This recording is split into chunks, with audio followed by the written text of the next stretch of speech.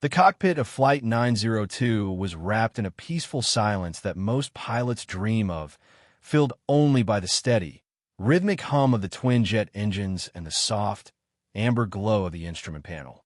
Captain Elena Vance sat comfortably in the left seat, her eyes scanning the dark horizon where the black ocean met the star-filled sky.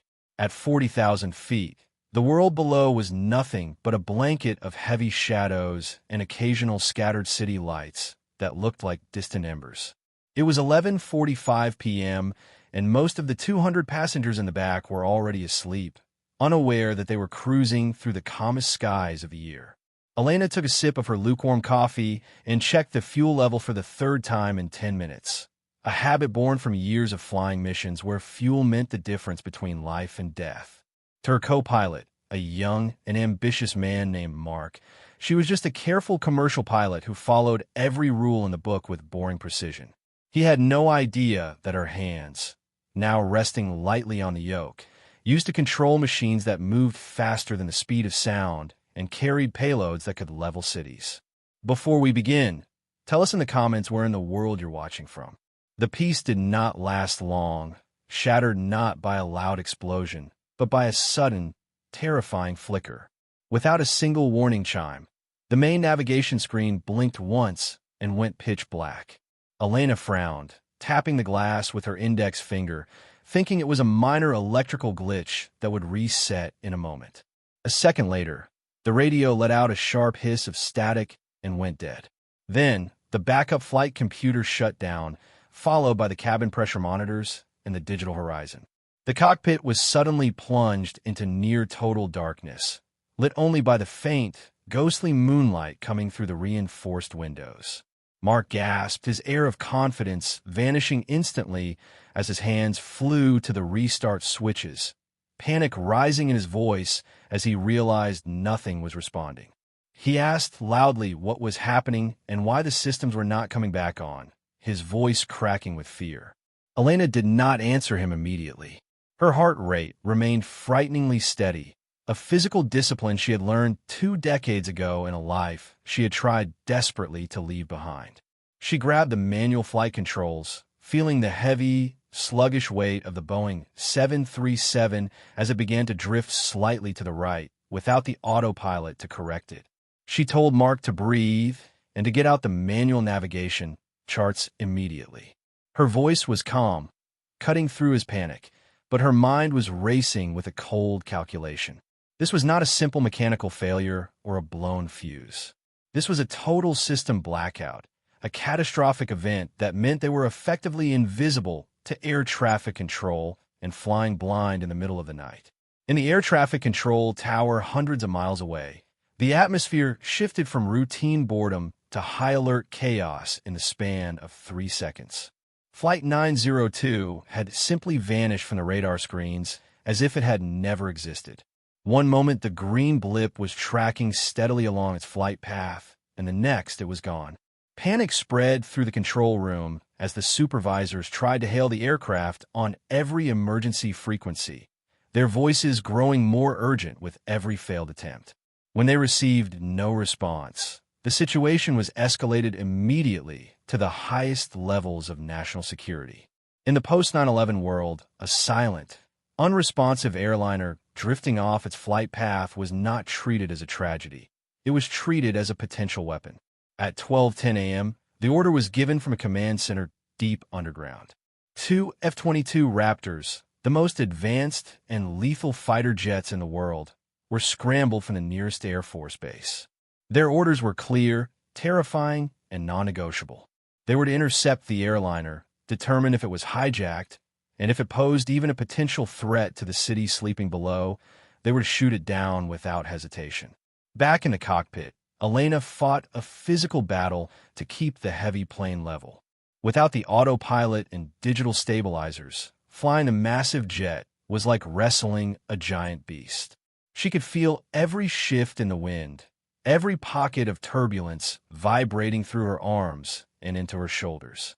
Mark was fumbling with a flashlight, shining it on a paper map spread across his lap, his hands shaking so badly the beam of light was dancing wildly across the cockpit ceiling.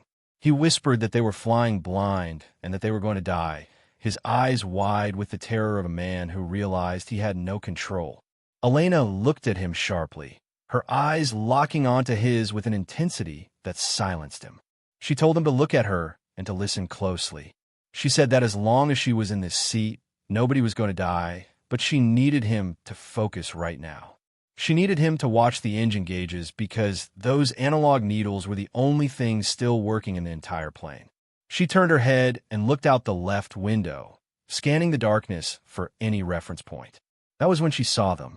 Two dark shapes, sleek and deadly, pulled up alongside the wings of her plane, their afterburners glowing faintly like the eyes of predators. The F-22 Raptors were like sharks swimming in the dark ocean of the sky, moving with a lethal grace that Elena recognized instantly. She knew exactly what they were, and more importantly, she knew exactly what they were thinking. She knew the payload of air-to-air missiles they carried under their stealth wings, and she knew the strict engagement protocols the pilots were following. To them, she was not a mother of two or a commercial captain trying to save her passengers. She was a bogey. She was a target that had stopped communicating. Inside the lead fighter jet, Major Jackson, call sign Viper, pressed the radio button on his throttle. He broadcasted on the emergency guard frequency, his voice cold and professional. He ordered the unidentified aircraft to acknowledge immediately. He stated that if they did not respond and correct their course away from the restricted zone, he would be forced to engage. Inside the airliner, Elena heard nothing but the hiss of static. Her radios were dead. She knew the fighter pilots were shouting orders at her, and she knew that her silence was being interpreted as hostility. She saw the lead fighter jet dip its wing aggressively, a universal military signal to follow immediately. Elena tried to turn the heavy airliner to follow him, but without the hydraulic assist of the flight computer, the turn was slow and sluggish. To the fighter pilots, it looked like she was resisting their commands. Viper watched the airliner struggle to turn, his eyes narrowing behind his visor. He reported to base that the target was making erratic maneuvers and was not complying with flight instructions. He flipped the safety switch on his stick, arming his weapons system. The heads-up display projected a red targeting box around the commercial plane's engines. His finger hovered over the trigger. It was a decision that would haunt him for the rest of his life, but he had his orders and a duty to protect the civilians on the ground. The airliner was descending toward a populated metropolitan area, and he could not let it crash into the city. Elena saw the fighter jet drift back into a firing position, slotting in behind her tail. She felt a cold chill run down her spine, a sensation she hadn't felt since her days over hostile territory. She knew that position. She had flown that position 100 times. She realized that they were seconds away from being blown out of the sky by their own military. She looked at the dead radio panel, her mind racing for a solution.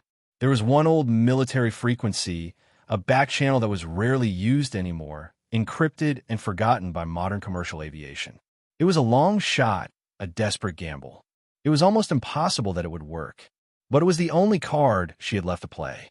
She reached for the emergency transponder, which was operating on fading battery power, and punched in a specific, outdated code.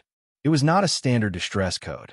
It was a squadron identifier from 20 years ago, a code that hadn't been active since the early 2000s. Then, she blindly keyed the microphone on the emergency channel, hoping against hope that the short-range transmitter still had just enough juice to reach the jet right next to her. She did not use standard commercial phrasing. She did not say Mayday. She dropped the calm airline captain persona and let the warrior she had buried deep inside surface. She spoke clearly into the dead air, her voice carrying the authority of command. She said, "This is Ghost Rider to Viper Flight. Check your fire. I repeat, check your fire. My birds are crippled, but I am still flying. Do not engage." Inside the cockpit of the F-22, Major Jackson froze as the voice cut through his headset. His heart skipped a beat, and his finger lifted off the trigger. He had not heard that call sign in 15 years. Ghost Rider was not just a pilot. She was a legend in the Air Force. She was the first female pilot to lead the elite stealth squadron, the pilot who had taught him how to fly in formation when he was just a rookie with too much ego. But Ghost Rider had retired years ago. She had vanished into civilian life, ghosted the military, and never looked back. He thought he was hearing things, that the stress of the mission was playing tricks on his mind. He asked for the station to identify again, his voice losing its robotic edge. Elena heard his voice crackle through the static, faint but audible, like a lifeline thrown across a chasm. She closed her eyes for a second, a wave of relief washing over her. She replied, identifying herself as Colonel Elena Vance. She told him she had 200 souls on board and complete electrical failure. She said she needed an escort, not a missile. The silence on the radio lasted for 5 agonizing seconds as Viper processed the impossible reality. Then, Jackson's voice came back, stripping away the aggression and replacing it with pure, unadulterated respect. He acknowledged the transmission. He told Ghost Rider that he had her visual. He ordered his wingman to form up on her right wing and protect the airliner at all costs. He told her he would guide her home. The tension in the cockpit of Flight 902 broke like a fever. Mark stared at Elena, his mouth open, his fear replaced by confusion and awe. He asked her what just happened and who Ghost Rider was. Elena did not look at him. She was focused entirely on the wing of the fighter jet guiding her through the darkness. She simply told him it was a story for another time and that right now they had a plane to land. The landing was the hardest part of the ordeal. The airport below was covered in a thick blanket of coastal fog, and without instruments or ILS landing systems, Elena was flying completely blind. She had to rely entirely on the fighter jets to talk her down, trusting their eyes over her own senses. Jackson flew dangerously close to her canopy, calling out her altitude and speed in real time, acting as her eyes. He guided her descent with gentle commands, telling her to correct left, to drop her nose, to watch her speed. At 1:17 a.m., the wheels of the Boeing 737 slammed onto the runway hard. It was a rough landing, tires screeching and smoke rising as the heavy jet shuddered, but the plane held together. Elena applied the brakes with everything she had, fighting the momentum, bringing the massive beast to a screaming stop just feet from the grassy edge of the tarmac. The cabin behind her erupted in cheers and applause, passengers hugging each other and crying, completely unaware of how close they had come to being shot down by the jets that had saved them.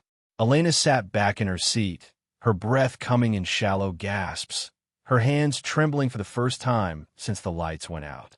She watched through the window as the 2 F-22 Raptors roared overhead, their afterburners lighting up the fog. They dipped their wings in a final, slow salute before disappearing into the night clouds, returning to the shadows. She unbuckled her seatbelt and slowly put on her captain's cap, straightening her uniform to hide the sweat on her collar. She was just a commercial pilot again. But as she walked out of the cockpit, Mark looked at her with a mixture of fear and absolute awe. He knew, and she knew, that the ghost she had hidden for so long had just saved them all. She walked out to greet the passengers, a soft, tired smile on her face, hiding the warrior back inside her heart, ready to disappear once again until the next time the world needed Ghost Rider.